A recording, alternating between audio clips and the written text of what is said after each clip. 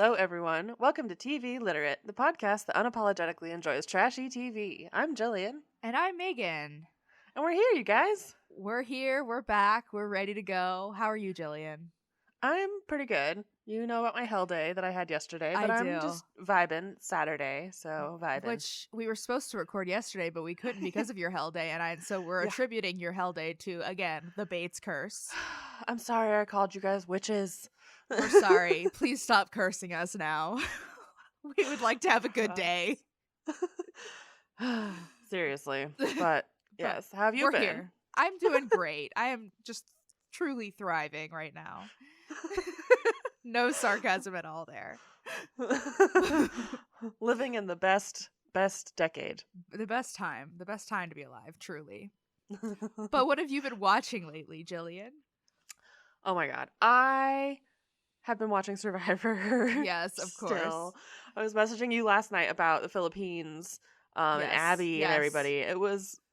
We finally finished that season and I can't even believe who won. But yeah, we watched Survivor and we finally started watching Book of Boba Fett. It's very sandy thus far, but good. Nice. And I think that's about it other than the Olympics. We've been watching Olympic stuff. Yeah, I haven't been watching a ton. I've been having one of those weeks where, well, I think it's been more than a week, but certainly this week where I just cannot focus on anything and I'm just flitting through hobbies, just trying to live. Just trying to get a serotonin, just one serotonin. Just a little bit here and there. So we've been watching some of the Olympics, which has been fun. I haven't been keeping up with it, but we'll just kind of watch it here and there, which has been nice. And then I think I mentioned this last week, but we've been keeping up with the Jeopardy College Championship, which I've enjoyed watching because, I don't know, it's just fun. It's good. It's Jeopardy. It's Jeopardy. But other than that, that's really all I've kept up with. There's some stuff I want to watch. There's a new season of Love is Blind that I keep getting teased on TikTok. My god. And I really want to watch it. So I haven't watched it yet, but there's 5 episodes and I heard that it's messier than the first. I've heard there's a lot going on, so I definitely want to check it out, but I haven't gotten around to it yet. But I haven't either. It's kind of one of those things you have to commit to. Yeah, exactly. It's I need to know that I'm going to be able to sit down and be invested in it, and I'm just not in that mindset. I need to watch all 5 episodes all at once. Binge it all completely. Exactly. Yeah. But today we are going to continue with our penultimate episode on season 7 of The Bates. We are finally getting towards the end of this long ass season. Oh my god, I know. We're on this is part 6 of this season. Yeah. They just, for some reason, there's so many more episodes this season than any other season. I don't know, man, because 31 episodes a season is almost the whole fucking year. There's only 52 weeks in a year. God, it's what do you guys? I mean, there are so many of them that I guess that they could do more than one episode per week because of the amount of people they have to follow. But good lord, yeah, I just wonder what the filming crew is like if it's a few of them or if they have a big a broad strokes of them to get everyone in their houses and stuff now. Yeah, I don't know. I don't know. Up Faith and Family probably doesn't have the budget to have a huge crew. Yeah, and still pay the Bates. Yeah, exactly. It would be interesting though to see how they schedule that stuff and figure out what they're gonna do. I'm just so curious all the time because it has to be so hard because especially with 2 people who are pregnant and due in the same week. Right. And in different states too. Not just right down the street. Yeah. Maybe they're just going on Upwork.com or something and being hey, we need you to film these people for $1,000. Exactly. Yeah. That's great. But the first episode we're going to talk about today is called Labor Pains. Pain, Paine, the Chad and Erin's last name, because it's time for another baby. We just had a baby. Yeah, we just had Alyssa's baby. Here's the second baby, and so everyone goes and gets their nails done. That seems to be the tradition to which is nice. Take care of yourself, get pampered, have a big massage chair. That seems like it would be the best thing. Yes, exactly. Yeah, do something good for yourself before you have to be in labor. And then after you're in labor, you have a fucking newborn. Yeah. So Yeah. Yeah. Yeah, you're gonna appreciate not having to paint your nails for a while. Exactly. Erin kind of talks about how anxious and scared she is for labor, which I can't blame her. Like, I can't blame anyone for being anxious or scared for labor because lots of stuff can happen and it's not pleasant, even when it goes well. But I can especially not blame Erin because of how traumatic Carson's birth was. And I think that that's like really stuck with her, which again, seems understandable to me. But yeah, it's like she has to do it, like, not has to, but she seems to do it every year, like year after year after year. It's not like something that she can just kind of like relax and kind of, really work through. It's before she has to go on to the next one, but it's like, no, dang. it's all terror all the time and all daily shots all the time because you have a clotting disorder. Like, it doesn't allow for time for processing and dealing with the fact that your body went through some shit. Yeah, and just like the amount of stress that has to be on your body, even if you had like no complications, just to be pregnant and give birth that many times in that short of time, it's like your body must be so fucking exhausted. So exhausted. So Chad was working a job, I guess, nearby the salon, and so he stops by and sees the girls, and he's mesmerized by like all of the stuff. This was so wholesome. Again, Chad, the only good man in any of these shows, because he was just like amped about everything. He's like, "Wow, these chairs! Wow, this little tub for your feet! Wow, look at all these colors! Wow, look at your tips!" Like, I know, he was like so into it. It was really cute, actually. Yeah, low key, super cute. Yeah, and not just like some dude walking in who's like, "Oh, this is all this stupid girly stuff." Yeah, exactly. Like, "Oh, I'm so above this." Like, he was like, "No, this is awesome." Yeah, don't harsh the vibe. Your wife's about to push a baby out. Yeah, just let her live. Let her live.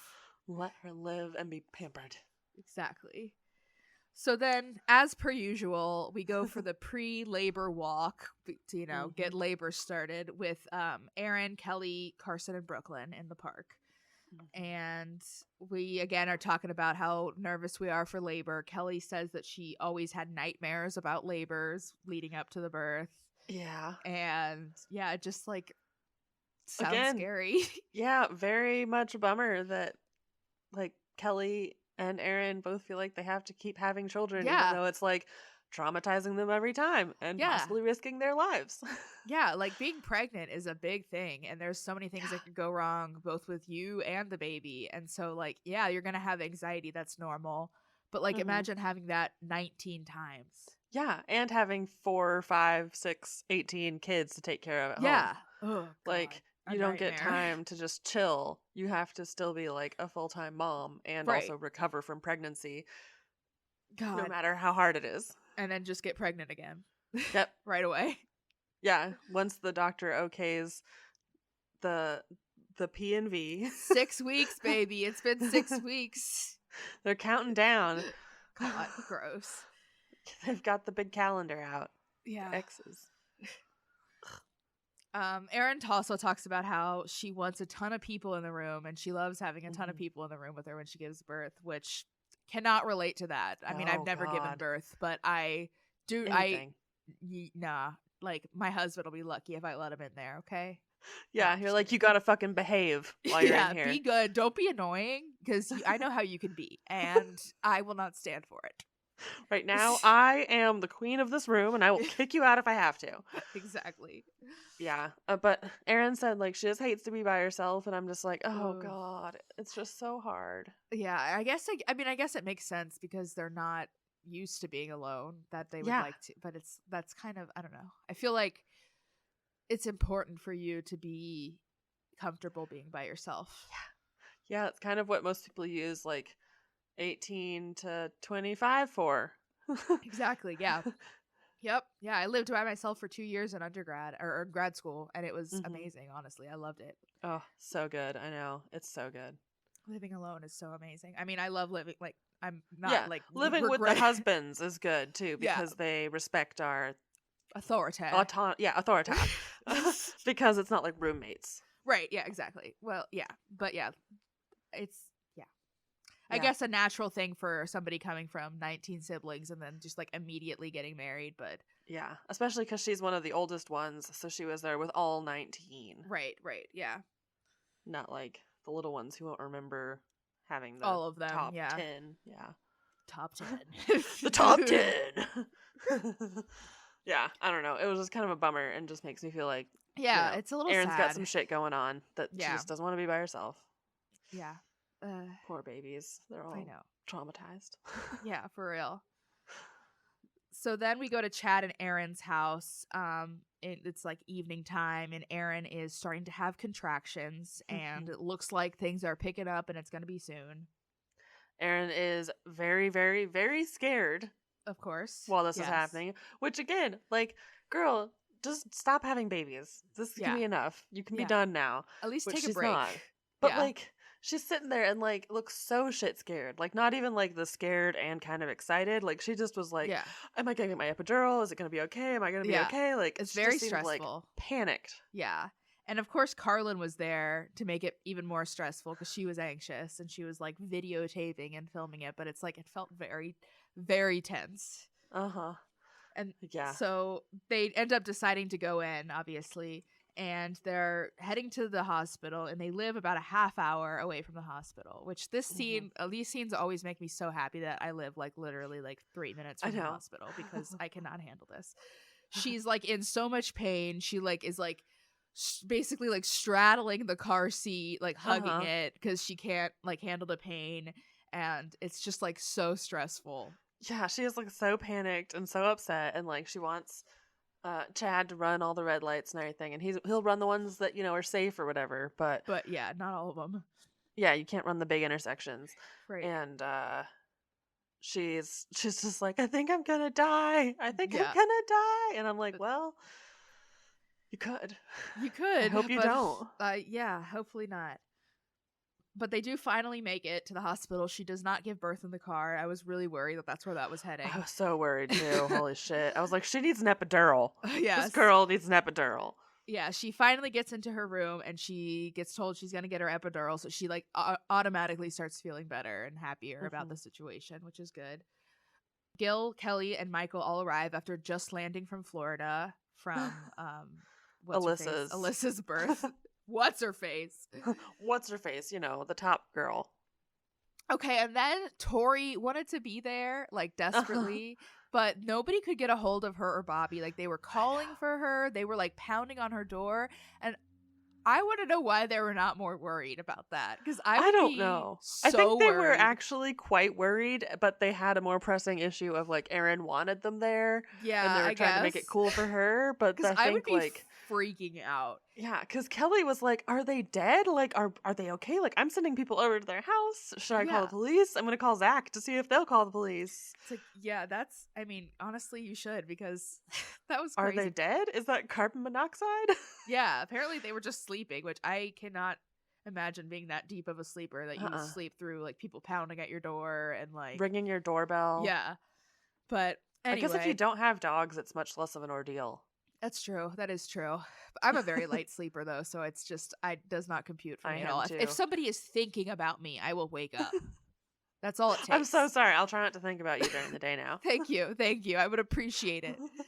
Let's see. Who else is there? Everyone is there. Katie was there, but she was sleeping the whole time, which was funny. Well, I mean, it's fair because they went in at 9:45, and then everyone got to the hospital at like 10:30, and then it's 3:37 a.m. by the time the baby's ready to come out. And so, like, I get it. I would be asleep on the couch too. Yeah. It's not your baby. You can sleep on the couch. It's fine. Yeah, I'm just here for moral support. My body's here. I just want to see the baby. I just want to be here for the baby, okay? So Erin finally progressed all the way, and she's ready to push, and they're waiting on Dr. Vic to come in. And he finally arrives, and then she just pushes, and out comes baby Everly. Yeah. Erin, right before Dr. Vic got there, was like, she asked the nurse, is he walking or is he running?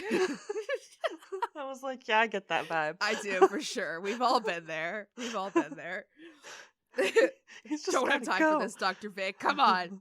We gotta do this now. Yeah. But she was right, because it seemed pretty quick, and the baby came out. It seemed like a pretty smooth thing. Yeah. Yeah. She and Chad both sobbed their little faces off, which was very sweet. Yeah. Little sweet. It was cute. And then Katie finally woke up. Yeah, right. And she was like, wait, the baby was born? What? It was funny. Yeah. It was so funny. Yeah, everyone passes the baby around. Everyone's all emotional. And yeah, this is 2 granddaughters born within 96 hours. That's crazy. Damn. And it's like granddaughter's like number 15 or something. Yeah, I don't even know. Too many to count. I don't know. The next day, they brought Carson and Brooklyn in to meet Everly, and that was very sweet. They were very, so very excited to meet their little sister, which I'm always glad about. Like, yeah, when siblings aren't upset by their new sibling. Yeah, no, Carson seems like such a sweet big brother, and it was so cute. It was like when he took off the little hat to look at her hair, I was like, oh my god, too much. And then Brooklyn was like, she's got legs. And she's like, yeah, she's got legs. She's got it all. It was really cute. It was cute. It was very cute. Then they brought in all of the littler Bates who were in bed. Right. To meet their niece, Everly, which is weird. Yeah. Yeah, it's weird to see like a 5-year-old kid being like, this is my niece. But yeah, I'm Uncle Jeb. God. Just put that child back in his like old man outfit. Just call him Uncle Jeb. There you go. Perfect.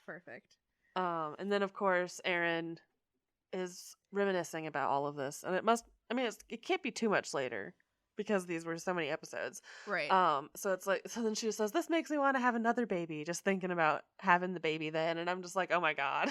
No, you've got to stop. You've got to stop. Just remember all the traumatizing parts of it. Okay. Yeah, you have Think 4 about of them. those. You won't be alone. You have 4. You have 3. 3. Now they have 5. Now. Yeah, I got lost. Yeah, I was like, this is number 4? Won't be long. It won't be long before this is only 2018. This was 4 years ago. Yeah, they have 2 more now. Yeah. What the fuck? Yeah. What the fuck? Ma'am. Yeah, I don't even know. It's taken me years for one, and I haven't even gotten that yet. So I don't get the math either. It's wild. I don't get it. Anyways. All right. So the next episode we have is kind of a hodgepodge episode. It's called Chaperoning Do's and Don'ts. Mm-hmm. Yes. Where we get to learn the ins and outs of chaperoning. Oh, yay. How exciting. So I guess Kelly talks about how, I don't know if it's Gill or Kelly or both, but they talk about how it's hard to basically remember what kids you've taught what to. And you forget that after you teach one group of kids something that you have like a million other kids to teach it to as well. And it's like, yeah, that's the consequences of having a million kids. It was Kelly. She was saying, so there's group A of kids, which we taught, and they taught group B of kids. Oh, but then we have group C and D. And I'm just like, you have too many kids. Yeah, this is too much.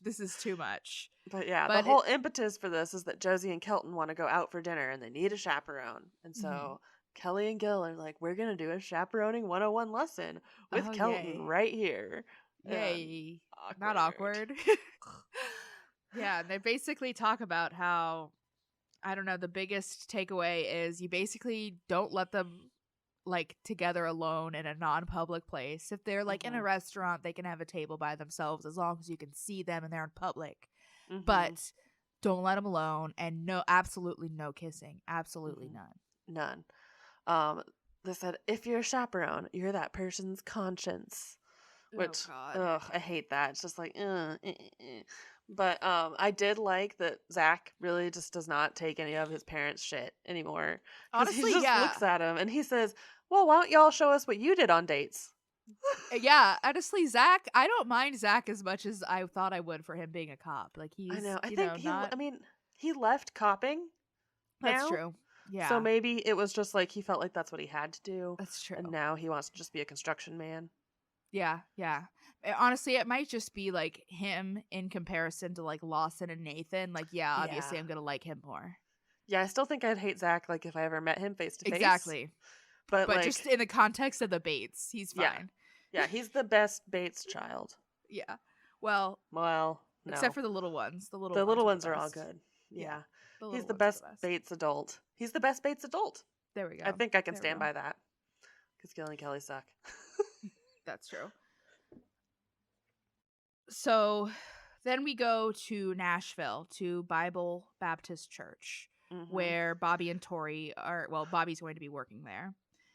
And they check in, I guess, with the pastor and talk about work duties and apartments and stuff. Hang on. I have to tell you something about this guy. So there's this whole scandal that we really haven't talked anything about, but Pensacola Christian College, where Bobby went to school, is also where Greg Much, who's the pastor from this, went and was a professor there, and he was like supposed to be next in line for president, and then he got fired, and like there's this whole scandalo with all of the people who like they dismissed like 10 people in a row for president. Damn. So it's like wild. I will have to send you an article on it. But yeah, I was like, I know that guy's name from somewhere. And it was that I'd seen some article about like Greg Much fired from Pensacola Christian under. Oh hell yeah. I'm nosy as hell, so I'm gonna dig into all that stuff for sure. Hell yeah. Yeah, no, he doesn't seem like a great guy. Well, I'm not shocked by that. No, who'd have thought? But yeah, so Greg has set up Bobby's office, which was cute. Mm-hmm. Yeah, I got to see his name on his door, and he was so excited. So I forgot that his name is just Bobby Smith. Bobby like, Smith. You're like that could be anybody's name. It's just like like the white bread of names, just as plain and basic as you can get. The only one more basic is probably like his dad, John Smith, or something. Yeah, exactly. So while they're in Nashville, Tori and Bobby are going to look at some apartments. So they go to a couple different places, and both of them seemed nice, and they liked both of them. I don't know. Cute little starter apartments. Like, nothing fancy, but fancy to them because they've lived in tiny town Tennessee. Yeah, exactly. So. It's big city Nashville's got a lot more to offer. And some like cool amenities. And pools like pools. And... Yeah, all kinds of cool stuff. And then we get to the most annoying part of all of these episodes. Oh, God. Where we're going bowling with Carlin and Evan and Bobby. Not Bobby. Is it Bobby? Tori and Bobby. Tori and Bobby, yes. God, if I say one of their name, I just can't think of the other ones. It's hard. But yeah, they're still in Nashville. And since Evan is living in Nashville and Carlin plans to move, they're kind of getting a preview for what their life will be like as they both live in Nashville together. And... yeah, then, of course... the most preview of all previews of what life will be like in Nashville. Yes. Fucking Lawson bowls in again. This is the second time he's done that this season. I know, just this season. And both times he's been like, I hate that I'm single and that I get left out of this stuff. And it's like, maybe you're left out of this stuff because you're annoying as fuck, Lawson. Yeah, and also, if you weren't annoying as fuck, you probably wouldn't be single. That's a good point. Yeah, it all goes back to you being annoying as fuck. So. Yeah, you gotta work on you, buddy, before people want you around. For real. It's just, he's so annoying. I hate how he always has to make everything about himself. And make the grand entrance. Ugh. Yeah, it's like, it's not cute. It's annoying as hell, and I hate you. Yeah, like if it had been like Michael, who had randomly been in Nashville for something, and she's like, oh my God, I just saw that they were at this bowling alley just down the street. I'm going to come in. She's going to like go in and like secretly buy like all of the French fries with the cheese on it or whatever the fuck they like. Yeah. And she's going to walk up to the table and be like, hey guys. Yeah, just exactly. Come and see you. And like, that would be cute, but not that's Lawson. Fun and cute. Lawson's just like, ha ha ha, why don't you ever invite me? Exactly. It's annoying. And because nobody likes you. I literally like screamed when I saw him walk in. I was like, no, I don't want to deal with this. Like, God, if I had to deal with him in real life, it would not be pretty. Like, no. I could not do it. No, he's just the worst. Like, I think I would just constantly be laughing in his face. Like, honestly, when he like tries to be serious.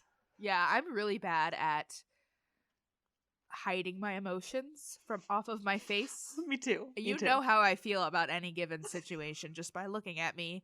And I would not have a very attractive face if he walked in the door. Yeah.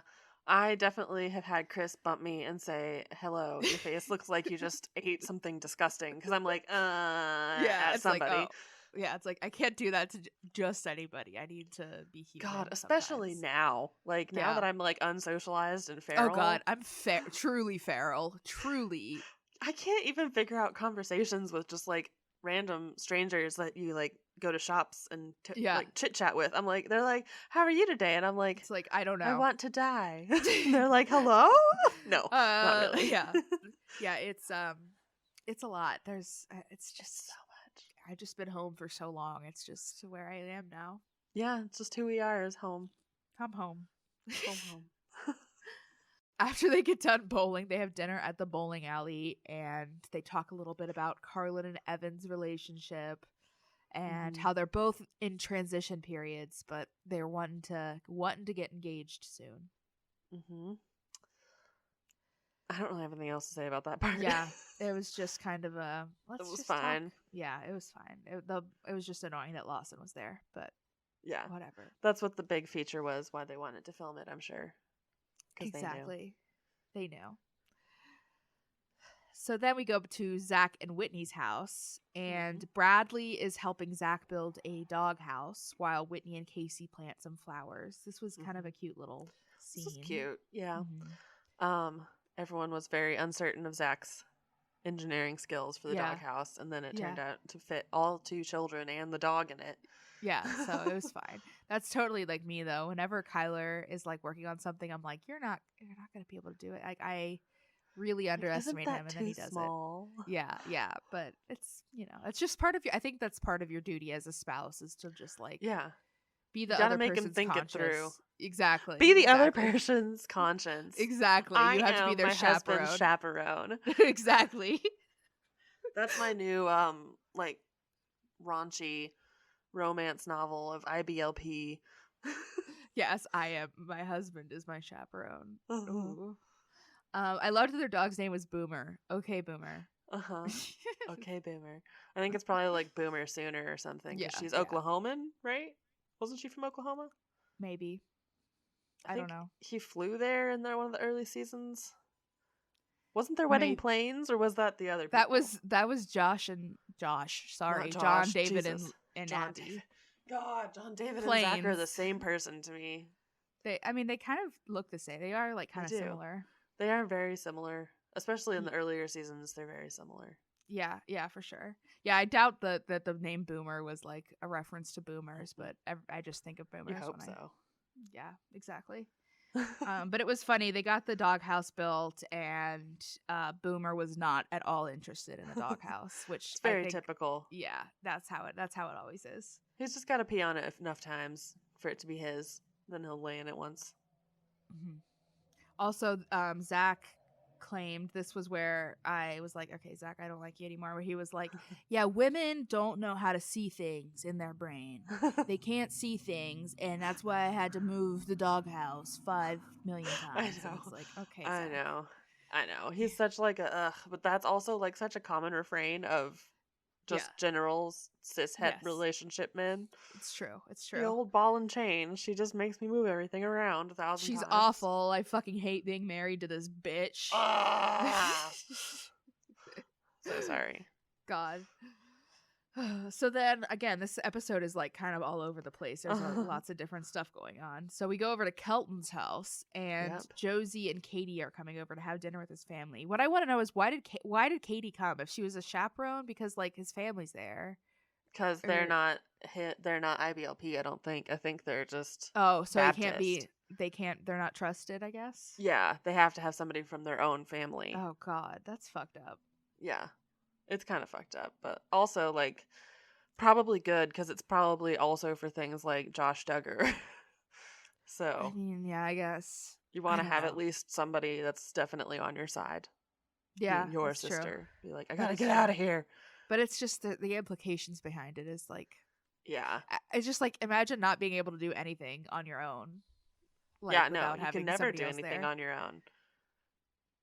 That's like we were talking about that dude. That youth pastor who waited to announce that he was dating this girl or whatever. I don't know, was engagement that she just turned 18 and he's 24 and they've been dating for 4 years and gross. Yeah. But like, I hope that the chaperoning terms have saved this girl from more trauma than just being groomed by a creepy man. Yeah. Because maybe somebody else was always in the room with them. That is true. It's fucked up. But yeah, it's fucked up. It's just like there's so many layers to it.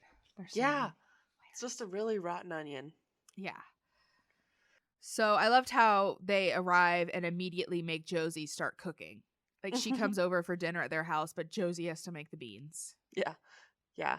Nobody knows how. Well, it's because I think it's because his mom. Is his mom dead? Yeah, his mom died, but yeah. I mean, so no one knows how to cook because they've just been suffering since then. Yeah, like how have they survived? I don't know. I mean, Kelton even said like, well, my dad just doesn't know how to cook beans, and it's like probably one of the older daughters took over, I guess. Oh God, I hate that. Hate that. Sometimes you just catch little sentences and you're like, wow, if I think about that for a second, I'm upset. Yeah, for sure. So they catch up a little bit. They talk about their relationship status at dinner and everything. Mm-hmm. And as always. Yeah, that's the topic that they always talk about. What's next?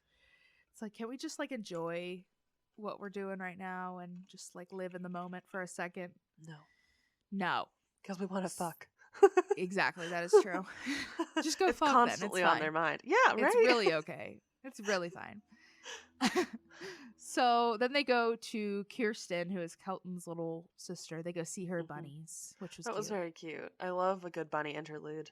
Yeah, we need the bunnies just to get over all the horrible implications of everything. Just give us the bunnies. Yep. Just the bunnies. So then after the dinner and the bunnies, they go get ice cream, which is like their thing. It's like I said, I think it's like the fundies equivalent to like going out for a drink. Like, let's go get ice cream. Yeah. And Katie says that this is the best part of chaperoning, is getting all the benefits, which I get that for sure. Yeah. Yeah. Just make them drag you around and pay for it. Exactly. What? You're gonna make my little sister pay for her own meal? Yeah, that's fucked up. That's not very godly of you. No, if you want me to marry you, if you want to have sex with me, you will buy my sister ice cream. Okay? If you want to see these. Okay, do you have anything else to say about that episode? All right. So I do not. Next episode, milestones and new chapters. So Tori is over at Chad and Erin's house, and she is hoping to get some cooking lessons from Erin before her and Bobby move to Nashville. Mm-hmm. She says that she's a struggling cooker and that she's only cooked one good meal since they've been married, which mood. I know, I love that she just says, I'm not a good cooker. And then Bobby just says, well, I think the first step is not saying that you're a cooker. True. I was like, point. Relatable. And then, of course, we get like the story that we've been told a million times about how Erin couldn't cook and then she learned to cook, which, like, now wow, imagine that. Cook. Practicing something, you get better at it. Yeah. Wow. Or maybe she intentionally was fucking it up so she didn't have to do it at home. Well, also, I imagine that cooking for 2 people is a lot more fun than cooking for 20. Yeah, cooking for 20 is like, you got to use like... That's a job. Troughs. Yeah, fuck that. Like baking trays and shit. Yeah, like just way too much. Like it doesn't, yeah. No, thank you. No, thank you. This is why you don't have 19 children. Exactly. No thanks. So then Chad and Bobby come in, I guess, and join for dinner because the women have cooked it all. So now they can walk in. Yep. And this is where they're jokingly trying to get Chad and Erin to move to Nashville. And that's kind of like a running thing through these episodes is like, oh, the Bates are just all going to move to Nashville. Which, I mean, Nashville is probably not that far, right? It's only 3 hours. Okay, yeah, that's not that bad. And I think most of them have ended up moving to Nashville. Like, I think Josie, Katie, Tori, and Carlin are all there. Katie lives in New Jersey, actually. Oh, Katie lives in New Jersey now? Yeah. Damn, I just don't follow her as good. Yeah, I just know that from the Bates and the Fundy subreddits that I'm on. Yeah. But yeah, they live in New Jersey and they just got married and moved there. But like they've had like 25 visitors since they've been married, and they got married like in December. So it's like, God, rough. Yeah, that's gotta be rough. Oh, yeah, and this is where Erin says that guys feel their masculine hormones when they grill. I know. This was so funny, though, too, because they're sitting there talking about this, and Erin was so close to saying, like, actual history, like, oh, they feel close to, like, their prehistoric roots, but, like, that's not a thing. There's no prehistory in fundamentalist Christianity. Oh, like, shit. Called out. Right? Like, I just want to be like, Erin, just do it. Just do it. Just, So then we go to Gill, who is working on a tree job, and he has a bunch of the boys there to help him out. Mm-hmm. And they kind of talk about how this is like a big part of the boys' upbringing, and now the younger boys are kind of getting their turn to learn the ropes. Sometimes literally. Literally, yes, because Nathan decides he's going to teach Jackson how to climb trees with all of the climbing equipment and stuff. I actually really enjoyed this because I watched that stupid show on Discovery called like Most Dangerous Jobs or whatever, and there was these two guys competing for one job of doing like redwood cutting. Hell where they had to like spider monkey up and like whoever got it cut down first and shit and safest, like hell yeah, won the job. But yeah, shit. That's scary too. Those trees are fucking tall. So big. And also they're paying like $100,000 a year, and Gill has these kids doing it for free. Yeah. Well, yeah, that's kind of, I think that's part of the reason why they wanted to have that many kids. It's like, we might as well just have our own. Yeah, they were going for the olden times. Exactly. Hands to help around the farm. Exactly. So Jackson quickly finds out that climbing the trees with like spikes and stuff is not nearly as easy as it looks. And it was a lot. Yep. It's lots of stuff. And he did it though. Yeah, he did. He eventually got the hang of it, and he's gonna be able to do it. But yeah, it seems I would not do well with this. I'm too scared. I'm too much of a scaredy cat. I think I would do this one because it's just a tree. I couldn't climb like rock climbing. Like I like doing rock climbing in like a gym, but actually going out and climbing on a mountain upsets me. I need colorful rocks, please. Exactly. I need that. Yes. No, but too much gray is bad for my vibe. Yeah. Yeah. Yeah. Also, I thought this was really funny because they were doing this like safety training stuff so much, and I wonder if it's because earlier in the seasons they got criticized when Gill brought like some of the little dudes around, and I think Trace or Jackson almost broke his arm, and then they ran over the bike. I don't remember. It was that crazy episode. Like yeah, that was nuts. Yeah, so at least they're learning like safety techniques and stuff, which is better than nothing. Yeah, at least. And the only other thing that I kind of want to mention about this is someone was saying that it's now the boys are becoming more involved because Gil's old. Yeah. I was like, yeah, that's true. That is true. It'd be like that. That's just the story of life. Sometimes you just gotta keep having kids until you're 50. Exactly. So the next part of this episode, we have Trace, Josie, and Tori all graduating together from Crown College, which is kind of crazy that you have 3 of your children graduating at the same time. At least they all were in different length programs. That's true. That is true. But they were all the worst programs because I looked up all of them because they are the stupidest named things. So we go to the ceremony. And the ceremony, I don't know, it was, the president, whatever, does his little speechy thing. We pray that God himself will touch this evening. So Trace got the certificate for a foundation of Christian life. Oh, God. So I wrote, what the fuck kind of degree did he get? So I looked it up, and it says, the Foundation for Christian Life is a 30-hour certificate program that may be completed in 3 semesters. It includes key Bible courses as well as other courses designed to give students a solid foundation of Bible knowledge and training. Did he really need that? Hasn't he been studying the Bible his whole life? Right? Like, what are they going to teach him? That? Yeah. Okay, that's a little eye-opening, but yeah, thank you for sharing that. And then Josie got a cosmetology degree or certificate or whatever, and then Tori was... I got this one. Tori got the Bachelor of Biblical Studies in Elementary Education. Oh, God. These programs focus on teaching as a ministry and not just as a profession. It will equip you with the knowledge and skill to effectively serve Christ, whether it be in the traditional classroom setting, in a homeschool or tutoring environment, at home, or anywhere in the world. Oh, God. Yeah, that's way worse than I thought it was going to be. Like it's literally like this was a 4-year degree that Tori took, so she actually is like licensed to teach children. At like a K through 12. That's disturbing. With biblical studies. Yeah, biblical studies. She could teach whatever she can pass the test in. So like exactly. So after the ceremony, they all head back to the house and have a big party for everyone. Yep, it was a big party. Kelly has gifts for all the graduates, which I think are just cash in envelopes. Right. Which, I mean, that's what you want when you graduate. Yeah. exactly. They're like, well, Trace aced his classes, and I'm like, well, I sure hope he didn't fail them. Yeah, that would be pretty bad if he failed them, seeing as that's all he's been taught his whole life is the stuff he was also learning. Yeah. And then they were like, well, and Tori did 4 whole years. Like, that's crazy. Like, most people normal don't college do college length. for 4 years. Yeah. Yeah. Like, if you go to college, oftentimes it's 4 years.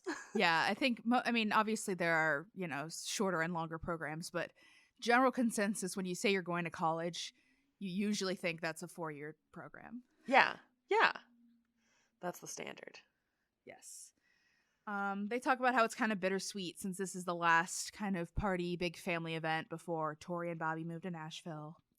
Which again, it's only 3 hours. They're going to be back and forth all the time. Mm-hmm. I live like 3 hours away from my parents, and it's like literally nothing. Literally nothing. I mean, these people go to Florida at the drop of a hat and to Chicago. Like, it's fine. Nashville's easy. It's easy, for sure. So, do you have anything else to say about this episode? There was just one part where Tori, and I think it was Kelly who might have said, this whole next week is just saying goodbyes. And I'm like, she's moving 3 fucking hours away and we have modern technology. Yeah. Like, it's not that hard. You can see them on the phone every single day if you want. It's fine. Yeah, to make sure that she hasn't turned into a tattooed heathen. Yeah. Also, you still have like 15 other kids at home. Yeah. You're going to be fine. You're going to be just You've fine. got stuff to do. Yeah. It's not an empty nest yet. Exactly. I mean, they'll be... God, that's depressing. They'll probably be dead before the time Jeb leaves the nest. Jeez, that is depressing. Because they'll be 78. Not 78, 68. Well, they could be alive. You could live to be 68 these days, I think. Yes. 78 was where I was thinking it was pushing it. Because Gill isn't super healthy. Right. But yeah, it's like, God, there's just so much. It's so much. Like, I don't want to be 68 at my kid's graduation, like college or high school graduation. Yeah, I'm gonna be too tired for that shit. 72 for college. If I feel this shitty and I'm already this tired at 29, I can only imagine how awful I'm gonna feel at 78. The last episode for today is called Asking Permission and a Big Decision. We're back at one of our favorite restaurants, Aubrey's restaurant, which they go to all the time. Yes. And Zach and Whitney are taking Josie and Kelton out. Yes. So they go on a little double date, and Zach just comes out and asks when Kelton's going to put a ring on it. Not sugarcoating it, just come out and ask. And Kelton's like, well, I kind of wanted to talk to you guys, get some advice, because I'm going to go ask Gill permission soon. Which, like, didn't you just do this to ask permission to court? Like, is it not the same thing? It basically is. Like, if they give you permission to court, they'll give you permission to marry. Exactly. Like, that's the whole thing. It's just, there's all, like, so many, like, steps to go through and so many formalities, and it all just feels so disingenuous. Yeah. Because it's like, they're going to say yes. Like... It's all just smoke and mirrors of, like... Yeah. What's the word I'm looking for? Like... I don't know, being sycophantic or something, like ass kissy, where you just are like, oh, dearest father of my love, you must let me have her hand in marriage if you think I am worthy. Yeah, it's like, gross. I don't like that. Meet people's parents before you marry them, yes. Ask them for their permission to have their hand in marriage, maybe not. No. Don't need to, necessarily. It's a little weird for me, yeah. Yeah, it seems like property. Yeah.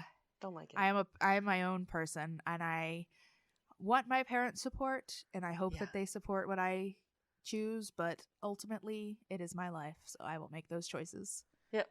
And like, I will listen to my parents if they say something definitely. Like, oh, I don't think this guy's good for you or whatever. Like, you listen. Yeah. If my parents said that to me, they would have to fucking mean it too, because they didn't say anything about my ex-boyfriend. He was the worst. Like, I would really have to listen to them then, because, wow, things must be bad. God. They just probably didn't see it. Oh, yeah, we definitely, like, I specifically held back a lot of information about our relationship because I knew people would not approve of it. Yeah. Anyway. Yeah, the shit you do. Yeah, exactly. Do you have anything else to say about the date? Zach just said the worst that they can do is say not yet. And I'm like, yeah, that's true. That's pretty much it, because you're courting.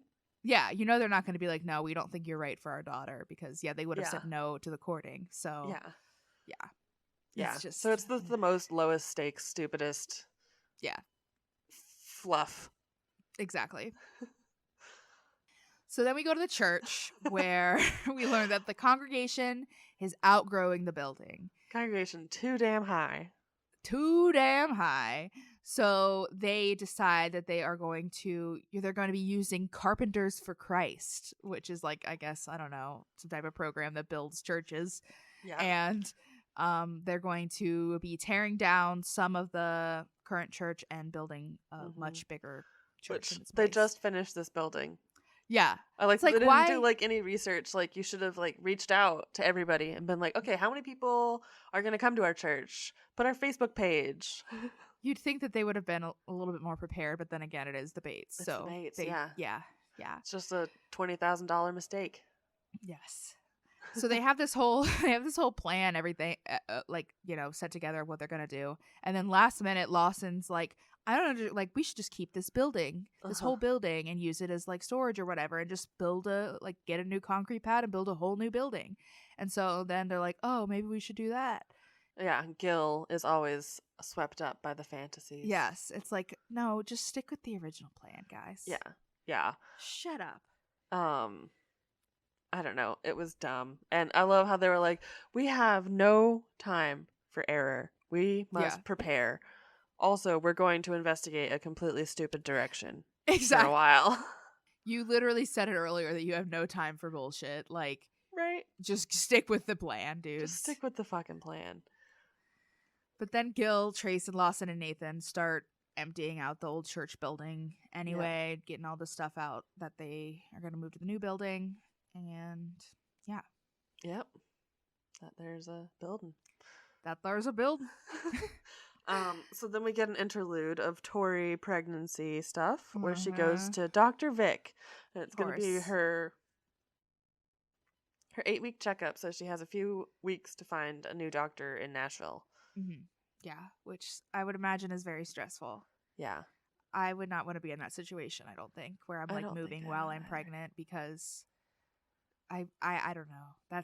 It's a very, that specific relationship with your doctor is like a very personal one. That's, you see them a lot and it's a very emotional time. So you would want to be with somebody you're comfortable with. Hopefully, because this is just her first one, it won't be a hard switch. Yeah, hopefully. Fingers crossed. But it sounds like she's on lots of meds and stuff too to keep her from miscarrying. She has low progesterone. Right. So she's on progesterone until she's at 12 weeks. Yeah. And Tori says that everything's been fine except she's been really morning sick. She's had a lot of morning sickness. And she's like, I wish I would have been warned about this more. And I was like, I think you probably just weren't listening. Yeah. I remember an episode where Whitney was just like laying on the couch. Yeah. Like, I want to die. Yeah. Like, I think you just weren't paying attention. Like, even if you don't get morning sickness, like if you're one of the blessed few, like all your senses are so much worse. And your baby's like giving you indigestion and like fucking around in there. I just know that if I'm ever pregnant, it's going to be off. Like, I'm going to be so sick, but I don't care. It's okay. It's fine. Yeah, you'll get all the good drugs. It's temporary too. I can handle it. I'm chronically ill. I can handle a temporary. Yeah, you're like, shit, this will last 3-4 months. All right, I got this. It's fine. I got a lifetime of diabetes ahead of me. It's fine. Oh yeah, this is where Gill and Kelly start talking about like how amazing it is to go see your baby on ultrasound, and they start crying about ultrasounds, and it's one of the many times these episodes where Gill cries. Oh my god, yeah, he got real weepy at all of them. But, I guess that's fair. Babies, you can weep at. Yeah. Dr. Vic creeps me the fuck out, though. I don't know what it is about him, but he's so creepy. He's so creepy. I don't even know, but he just seems like he got into the profession for the wrong reasons. Don't like to think about that. I don't either. I think he's probably a fine dude, but he's one of them, too, so he's also kind of fucked up. Right. But yeah, everything looks pretty good, though. Tori's not sure yet about what's going to happen with Nashville, but everything will work out, I'm sure. Yep. And she's due November 24th. Yes. So then back at the church, ultimately, thankfully, Lawson's idea was squashed. So they're sticking to the original plan. Yeah, Nathan in the talking head was just like, duh. Duh. Yeah. It's like, yeah. So before the Carpenters for Christ arrive from Alabama, they're tearing down like half of the old building in order to add on to it. And the new church will triple the space that it is now. So that's good. Yeah, the current one is 75 by 30, and the new one will be 75 by 90. Right. Exciting. So it's going to be like a little cross building. Yeah. Maybe this one will actually have a steeple. It would be nice. Maybe bought the damn Carpenters steeple. for Christ could do it. It's probably in storage in like the back room. Yeah. Just like leaning up. It's been there for years. Printer now. wedged under it. So then do you have anything else to say about the church? Nope. Okay. The last part of this episode, it's time for the big question. Kelton takes Josie, Gill, and Kelly out to dinner, and it's time to have the talk. I was surprised that Kelton took Josie along, but like I think I kind of actually like it better. Yeah. It I do like too. He's not asking for like her hand in marriage, so he's asking for permission. Yeah, and it's like it together. seems more like a united thing rather than it's just like I'm making this decision for us. I think that's the first one I've seen like this in any of them. Yeah. So yeah, that is good. That is a good point. Yeah. So Kelton says he thinks the Lord is leading them toward marriage, and he wants counsel from Gill and Kelly about how and when to go about that. Mm-hmm. Very measured way of putting it. Yeah, he was like, I want to know when you think we can get married. Josie says that she wants a fall wedding, as in this fall, as in 5 months from now. But that's pretty typical. Shit.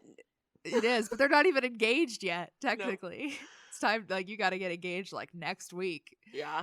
Yeah, I mean, we've seen quite a few engagement to weddings being 3 months. So far, which so I cannot imagine. It.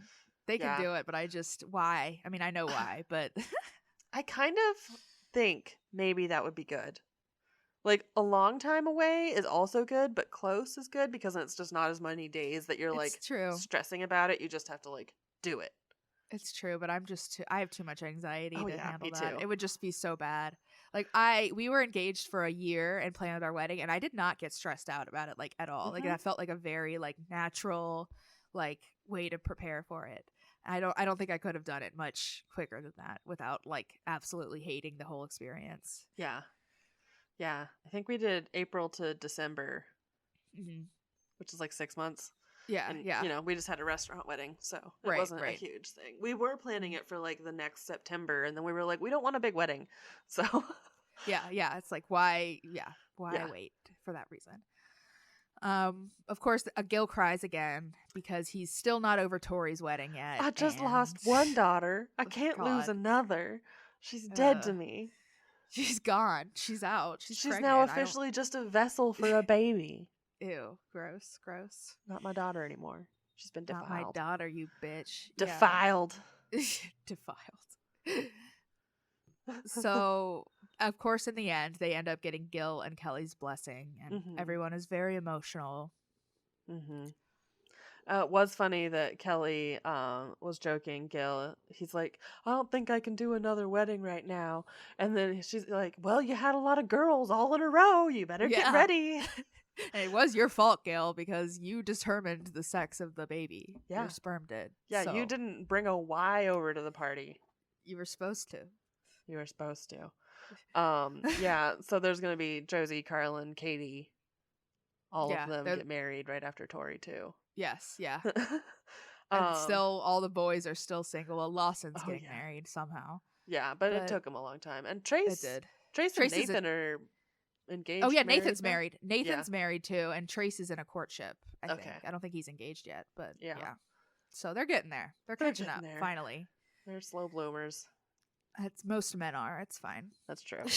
Also, it was very funny that Kelly was ratting Josie out and Carolyn out because they've been sitting on the internet looking up wedding dresses. Mm-hmm. I mean, we've all been there. I definitely was doing that long before I was engaged. Who did not have a Pinterest board? Honestly, long before I met even my ex-boyfriend, like I was looking at wedding dresses. Like you gotta figure out what you like from an early age, you know? Yeah. Shit. Yeah. Nothing wrong with that. Yeah, and if you don't like weddings, that's fine. You can look at dresses for a fancy party or whatever. Exactly. Always a good time to look at aspirational fashion. Exactly. Look at dresses for your funeral. Yeah, hell yeah. But yeah, I think that about wraps it up for this week. But if you have anything you want to say about those episodes or anything about the Bates in general or anything about anything, you can send us an email at tvliterate@gmail.com. And you can also find us everywhere on the internet at TV Literate. We're on Twitter, Tumblr, Facebook, Reddit, whatever.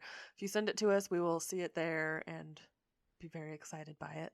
Yes. You can also drop us $1 or $2 at our Ko-fi, ko-fi.com/TV Literate. Yes. And if you have a moment and can leave us a review, we would appreciate that as well. Mm-hmm. And we will see you guys next week with another episode. Bye-bye. Bye.